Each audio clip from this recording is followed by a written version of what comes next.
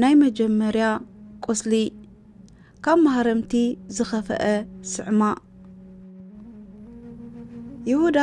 ንጎይታና ብዘይ ፍርሓት ቀሪቡ ሰዓሞ ምስዓም መግለጺ ዓሚቕ ፍቕሪው ይሁዳ ገና ንምስዓም ልባዊ ጽልኡ ዝገልጸሉ መሳርሒ ገበሮ በዚ ምኽንያት እዚ ንኹሎም ክፍኣት ብልቦም ሒዞም ናይ ሓሶት ፍቕሪ ንዘርእዩ ይሁዳ ምሳሌ ኮይኑ ተረፈ ቅዱስ አምብሮስ ንይሁዳ ከምዚ ይብሎ ኦ ትርጉም ምስዓም ዘይትፈልጥ ይሁዳ ንጎይታና ዶ ክትስዕሞ ቀረብካ ጎይታ ዝደልዮ ዓብ ነገር ግና ብኸንፈር ምስዓም ኣይነበረን ናይ ልብን ነፍስን ምስዓም ካብ ኩሉ ይበልጽ ይሁዳ በዛ ግብሩ እዚኣ ነቶም ናይ ቀደም ክፉኣት ሰባት መሰሎም ሓላይ መሲሉ ምሕደር ሰይጣን ዝኾነ ተመን ብስዕማ ፍቕሪ ኣታሊላ ንሳምሶን ኣሕሊፋ ዝሃበቶ ደሊላ ንኣቡኡ ምስ ጸላኢ ኮይኑ ክወግኦ ዝተላዕለ ኣቤሴሎም ንዮሴፍ ሓው ርህሩህ መሲሉ ክሸጦ ሓሳብ ዘቕረበ ይሁዳ በኣምሳልነቶም ንይሁዳ አስቆሮታዊ ብግብሪ ቀዳሞት ኣዝማድዮም ስዕማ ይሁዳ ንጎይታና ካብ ምሽንካር ዝኸፈአ እዩ ናይ ፈታዊ ምቕሳል እሙን እዩ ጸላይ ግና ኣብዚሑ ይስዕም ከም ዝበሃል ይሁዳ ንጎይታ ጸላይኡ ኮይኑ ኣብዚሑ ካብ ዝስዕሞ ብፍቕሪ ተመሊኡ ፈታዊ ኮይኑ እንተ ዘቕስሎ ይሓይሽ ነይሩ ቅዱስ ጀሮም ከም ዝበሎ ስዕማ ይሁዳ መስዋዕቲ ቃየል ኮነ ቃየል ንዕቀት ብዝመልኦ ልቢ ኮይኑ መስዋዕቲ ከም ዘቕረበ ይሁዳውን ብጽልኢ ተመሊኡ መስዋዕቲ ፍቕሪ ኣቕረበ ንጎይታና ኣብ ዕለተ ዓርቢ ኣቕሲሎም ዝድሓኑ ኣለዉ ይሁዳ ግና ጎይታና ክመውት ከሎ ተኾነነ ናይ ዲማ ሊቅ ዝኾነ ኣለቃ ወድነህ እሸቴ ብኸንፈር ምስዓም ምልክት ፍቕሪ እዩ ጎድኒ ምውጋ ኸዓ ምልክት ጽልኢ እዩ ኦ ጎይታ ስርዓት ጽቕለትካ ግና ፍሉይ እዩ ምስዓም ይሁዳ ንሞት ክኸውን እንከሎ ምውጋእ ሌንጌኖስ ግና ንህይወት ኮነ ኢሎም ንዝሰዓሞ ይሁዳ ምስ ጎድኒ ጎይታ ዝወግአ ወተሃደር ብምንጽጣር ተቐነይሎም ጎይታና ንይሁዳ ብተንኮልን ብሓሶትን ክስዕሞ ከም ዝመጸ እንተፈለጠኳ ከይትትንክፈኒ ኢሉ ኣይሰንበዶን ከም ሰራቒ ከትሕዞ መጺኡ ክፍኣትን ተንኮልን ብዝመልኦ ከናፍሩ ክስዕሞ ከሎ ተዓገሶ ንኽትሕዞ ኣብ ዝመጸሉ ሰዓት ብትዕግስቱ መወዳድርቲ ዘይብሉ ጎይታ ስዕማ ይሁዳ ተቐበለ ንሱኳ እንተኸድዖ ጎይታና ግና ንይሁዳ ዘለዎ ፍቕሪ ክሳዕ ናይ መወዳእታ ህሞት ማለት ክስዕሞ ከሎ ብትዕግስቲ ክሳዕ ምቕባሉ ኣርኣየ ንሕና እንተ ንኸውን እንታይ ምገበርና ነርና ኢትዮጵያዊ ሊቅ ርቱዕ ሃይማኖት ኣብ 14 ክፍለ ዘመን ኣብ ዝጸሓፎ ዘደንቕ ድርሰቱ ከምዚ ብምባል ይሓተና አንታ ሰብ ምሕረትን ርህራሄን ጎይታ ተመልከት ንስኻ ከም ክርስቶስ ስልጣን እንተ ዘህልወካ ነይሩ ኣብዛ ግዜ እዚኣ እንታይ ምገበርካ ነርካ ከም ዝመስለኒ ስጉኡ ምበልዓኻዮን ደሙ ምሰተኻዮን ነርካ ይሁዳ ኮብላሊ ንንጉስ ሰማይ ንኽትሕዞ ናይ ጥበራ ስዕማ ክስዕሞ ከሎ ግና ኣይፋል ኣይበሎን ፍትወይ መጺኻዶ ኢሉ ደኣ ስዕሙኡ ኣቐደመ ንሕና ዓብይን ዝሓይሽን ነገር ነዝማድናን ፈተውትናን ዝነኣሰን ዝኸፈአን ከዓ ንጸላእትና እንህብ ኣብቲ ዘመነቲ እንተንነብር ነርና እዚ ጌርና ኣይምገደፍናዮን ዝወድቁሉ መንገዲ ክሳዕ ንረክብ ደኣ ምተጻናትና እምበር ጸላእተና ከም ሓመድ ክሳዕ ንረግጾም ዓወት ሃበና ኢልና ደኣ ምጸለና ብኸናፍር ይሁዳ እተሰዓመ ኣምላኽና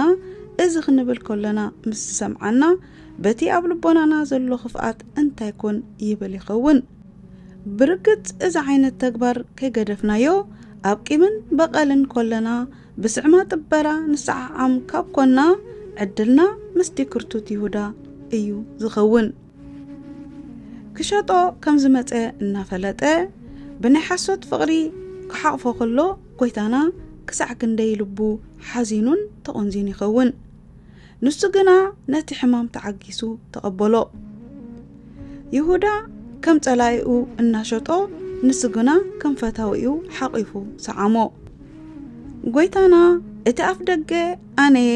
ብኣይ ዝኣቱ ክድሕን እዩ ኢሉ ክዛረብ ከሎ እኳ እንተሰምዐ ይሁዳ ግና ነቲ ኣፍ ደገ ዝኾነ ጎይታና ሲዒሙን ተሳሊሙን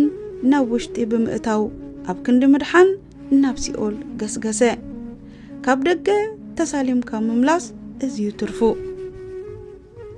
ኣካል ክርስቶስ ዝኾነት ቤተ ክርስቲያን ሕማም ጎይታ ብዕምቆት ስለ ዝስምዓ ይሁዳ ብምስዓም ኣሕሊፉ ንዝሃቦ ዘኪራ ኣብ ግዜ ሰሙን ሕማማት ንደቃ ብምስዓዓም ሰላምታ ከይለዋወጡ ትኽልክል ኣብ ውሽጢ ዓመት ዘለዋ 360 መዓልትታት ነናሓድሕድኩም ድማ ብመንፈሳዊ ምስዓዓም ሰላም ተባሃሃሉ እናበለት ናይ ቅዱስ ጳውሎስ ኣዋጅ ሰላምታ ኣብ ግዜ ቅዳሴኣ እትእውጅ ቤተ ክርስቲያን ኣብ ሰሙን ሕማማት ግን ከይሰዓዓሙ ትኽልክሎም እዚ ሰሙን እዚ መድሓኒኹም ምእንታኹም ብስዕማ ጥበራ እተዓገሰሉ ሰሙን እዩ እዚ ሰሙን እዚ ምልክት ፍቕሪ ዝኾነ ምስዓዓም ምልክት ጽልኢ ዝኾነሉ ሰሙን እዩ ኢላ ሰላምታ ይትረፍኩም ትብለና ምእመናን በዚ ሰሙን እዚ ሰላምታ ክለዋወጡ እንተጀሚሮም ሰሙን ሕማማት ምዃኑ ዘኪሮም የቋርጽዎሞ ኣብታ ህመት እቲኣ መድኃኒ ዓለም ኢየሱስ ክርስቶስ ይሁዳ ብምስዓም ኣሕሊፉ ከም ዝሃቦ ብቕጽበት ይዝክሩ ጎይታና ይሁዳ ምስዓሞ ዓርከይ ዘምጻእካ ግበር ንወዲ ሰብዶ ብስዕማ ተትሕዞ ኣለኻ ብምባል ከም እተዛረበ ክልተ ወንጌላውያን ጽሒፎምዎ ኣጋጢምና ብምንባብ ክንርዳእ ንኽእል ዓርከይ ዘምጻእካ ግበር ንወዲ ሰብዶ ብስዕማ ተትሕዞ ኣለኻ ዝብል ዘረባ ጎይታ ንጸላእትኹም ኣፍቅሩ ንዝብል ቃል ብግብሪ ምስክር እዩ ጎይታ ቂም ዘይሕዝ በዓል ትሑት ልቦና ንጸላኢኡ ዘፍቅር ስለ ዝኾነ ይሁዳ ጸላኢኡ ከሎ ፈታውየ ይበሎ ፍቕሪ ብወገን ይሁዳ እምበር ብወገን ጎይታስ ኣይጎደለን ሊቃውንቲ ንወዲ ሰብዶ ኣሕሊፍካ ትህቦለኻ ዝብል ቃል ዓብይ ነገረ መለኮታዊ መልእኽቲ ዝሓዘዩ ይብሉ ጎይታና ዝተሰወሩ ምስጢራት ብምግላጽ ይሁዳ ብርግጽ ኣሕሊፉ ዝሃቦ መን ምዃኑ ተዛረበ ወዲ ሰብ ብምባል ንመን ከም ዝኸድዐ ኣረድኦ ወዲ ሰብ ምባሉ ስጋ መልባሱ እዩ ብመለኮታዊ ባህሪኡ ግና ኣሕሊፉ ክውሃብ ኮነ ክትሓዝ ከም ዘይኽእል ኣረድኦ ንወዲ ሰብዶ ኣሕሊፍካ ትህቦ ኣለኻ ዝብል ቃል ልዕሊልና ከም ዝረኣናዮ ኣምላኽነት ክርስቶስ ብምጥርጣሩ ኦ ጎይታ ኢሉ ክጽውዖ ንዘይደለየ ይሁዳ ስውያዊ ወይ ኣሽሙራዊ ምላሽ ነበረ ቅዱስ ዮሐንስ አፈወርቅ ከምዚ ይብል ንመምህርካ ወይ ብዙሕ ነገር ንዝገበረልካ ጎይታኻ ኣሕሊፍካ ትህቦ ኣለኻ ኣይበሎን ንዘረባ ጎይታና ክገልጾን ከሎ ድማ ጎይታኻን መምህርካን እኳ እንተ ዘይነብር ንንጹህ ወዲ ሰብከ ኣሕሊፍካዶ ሃብካዮ ኣብዚ ኸዳዕኻሉ ህመትዶ ሰዓምካዮ ንምስዓምሲ ምልክት ኣሕሊፍካ መሃብዶ ጌርካዮ ክብሎ ኢሉ እዩ ይብል እዚ ኣዘራርባዚ እቲ ፍጥራቱ ክሳዕ ዝድሕኑ ተስፋ ዘየቆርጽ ጎይታ ንይሁዳ ዘቕረበሉ ናይ መወዳእታ ዘራህረ ትምህርቲ ነበረ በዛ ልብኻ እትትንክፍ ሕቶ ይሁዳ ክምለስ ይግብኦ ነበረ እንህቦ ምኽሪ ፍረ ኣልቦ እኳ እንተመሰለና ኣሕዋትና ካብ ምምካር ግና ከነቋርጽ የብልናን ካብ ሓደ ወሓይዝ ማይ ዝሰተ ሰብ እኳ እንተ ዘይተረኸበ እቲ ወሓይዝ ግና መፍሳሱ ኣይቋርጽን እዩ ብጻይና እውን ሎሚ እንተ ዘይሰምዐ ጽባሕ ግን ክሰምዕ ይኽእል ይኸውን ገፋፊ ዓሳ ሙሉእ መዓልቲ ባዶ ዝኾነ መርከቡ ኣብ ባሕሪ ደርቢው ክውዕል ይኽእል ኣብ መወዳእትኡ ግን ዓሳ ክገፍፍ ይኽእል እዩ